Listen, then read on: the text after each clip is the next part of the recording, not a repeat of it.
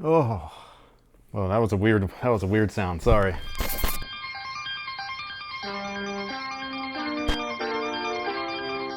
Yo, what's good, guys? My name's Chris. Welcome back to the official WearTesters.com YouTube channel. Some of you guys may know this, some of you guys may not, but in addition to basketball shoes, I absolutely love skate footwear. It was just some of the stuff for me at the time that was some of the easiest things to obtain when I was buying my own shoes as a high schooler. I'd always be able to go to like Copeland's or whatever and just grab like a pair of S's for like 40 or 50 bucks, you know what I mean? And they would look sick and stuff like that. And then I would save up for something that was a little more expensive. At the time though, 1997 to be exact, this actually was the most expensive skate shoe, retailing originally for 100 bucks, which I know sounds crazy, but that's just kind of what it was. It was really cool at the time. It was Chad Muska's first signature shoe ever. He would only have one with this brand. He would later go on to create footwear with Circa, which personally has some of my favorite Muska models, but these are still awesome nonetheless. So let's go ahead and take a look, shall we? So first things first, we've got two colorways. This one is an original. This one I thought was an original, but I cannot remember ever seeing the black and red ones. I've been on a big deep dive with these guys and it's really hard for me to find information about them, which is unfortunate. There are articles and podcasts and videos and things like that, some of which are very cool. Actually, let me find one real quick because I really wanted to shout that one out.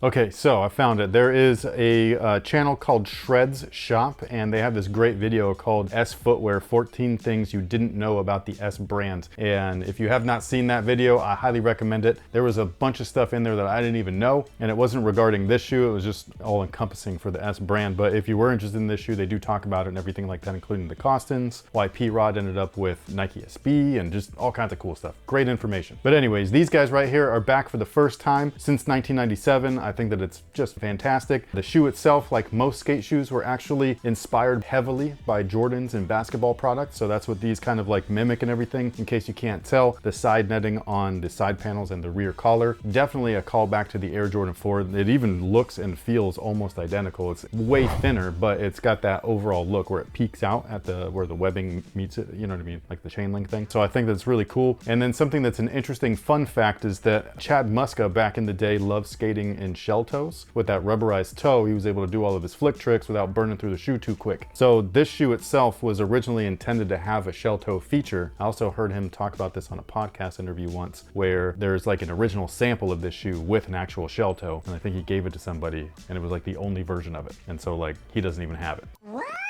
He still kept the overall like inspiration, so you see the lines that are on the stitching and everything at the toe, that is inspired by the Adidas shell toes or the Superstars. Also a basketball shoe, which is cool. You can actually kind of loosely consider the outsole inspired by the shell toes too. That was one of the first shoes to feature herringbone. We got full length herringbone right here all the way on the bottom. Looks great. Love the giant S logo. I think it's fantastic. And the shoe itself is not built like some of their other ones, like the 197s I absolutely love, but they're the not so costing Costins. They do not have the same original tooling, which is unfortunate. I wish they would go back to that. I know that they can because they're doing stuff like this now. A real Quattro, a real Scheme, and all of that stuff with the original tooling, because they're clearly investing in that stuff, and I would just love to see those models be brought back properly instead of just in their slim or lightweight versions. So this guy, again, is built almost identically to the original. I think the only addition here is on the laces. Actually, they have a lace lock, which is like really weird. Mostly skate shoes didn't have that. That was like a basketball thing, a Nike basketball thing, or a Jordan brand thing at that. So it's really dope that they're on there. Another fun fact is that this is the first shoe as far as skate goes to have these rubberized lace loops. They're not only there for visual aesthetics, but they actually protect your laces as well during all of your flick tricks. It was also the first shoe to feature the infamous stash pocket. You can stick in your house key,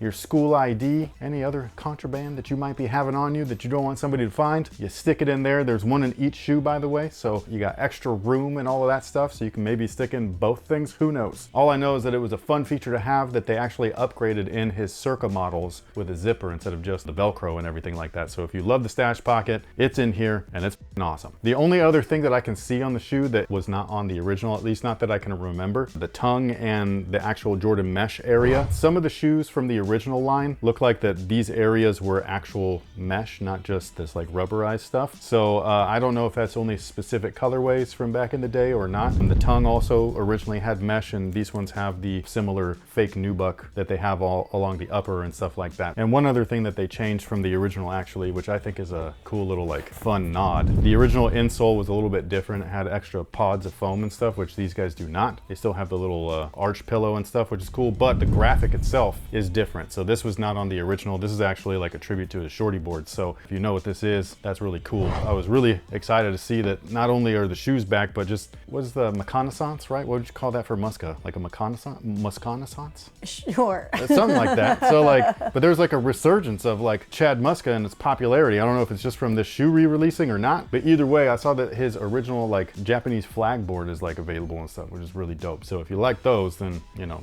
have at it. They're available on Google. Just look it up. They're not literally available on Google, but you'll find where they're available at via Google if you search.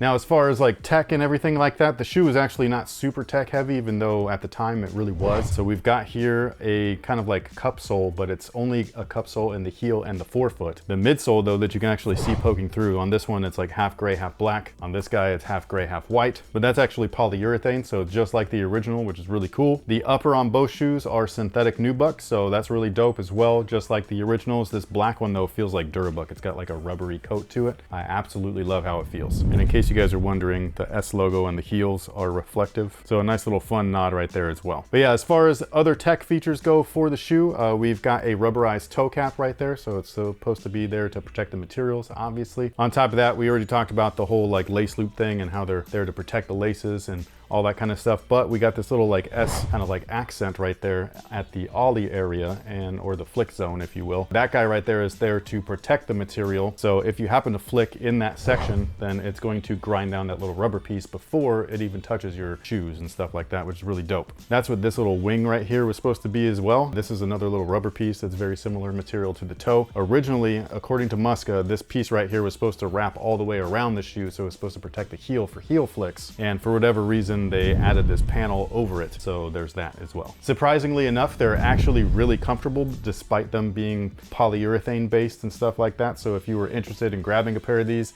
you shouldn't be too disappointed, I don't think, you know, as far as comfort is concerned. They definitely don't feel like modern skate shoes where you're sitting on the floor. I know that those offer lots of board feel, but back in the day, this is what we wore and this is awesome. Now, as far as sizing is concerned, that's where I up. So usually with skate shoes, I go up half a size. It's damn near mandatory for everything. The last pair of S's that I bought were the Krager reissue. I bought a size 9 and a 9.5. Both of them don't fit me. They're both too tight. I don't know why I needed a 10. You know what I mean? Like, what the hell is that about? But these, I ordered a 9.5, and guess what? They actually fit true to size. Like, what the f? So now these are too big. But anyways, if you were interested in these guys right here, I don't know if they're still available. I don't think that they sold out or anything like that, but I've heard that these two colorways are fairly limited, and then there will be more colorways coming out after this and stuff. One of them, the original white and blues. I've seen like an earth tone one that's like all tonal, so I think that's a brand new colorway. But anyways, sound off below. Let us know what you think about these in the comment section. I would love to hear from you guys. Thank you so much for watching, especially if you are still here. I really do appreciate you guys. I know that videos like this are not our normal thing, so anybody that does check these videos out from us and actually watches them all the way through, you really do help us out, and we really appreciate it. So thank you so much for hanging out with me and letting me talk about stuff that you probably don't care about. I really do appreciate it. I'll catch you guys on the next one. So until then, have a good one.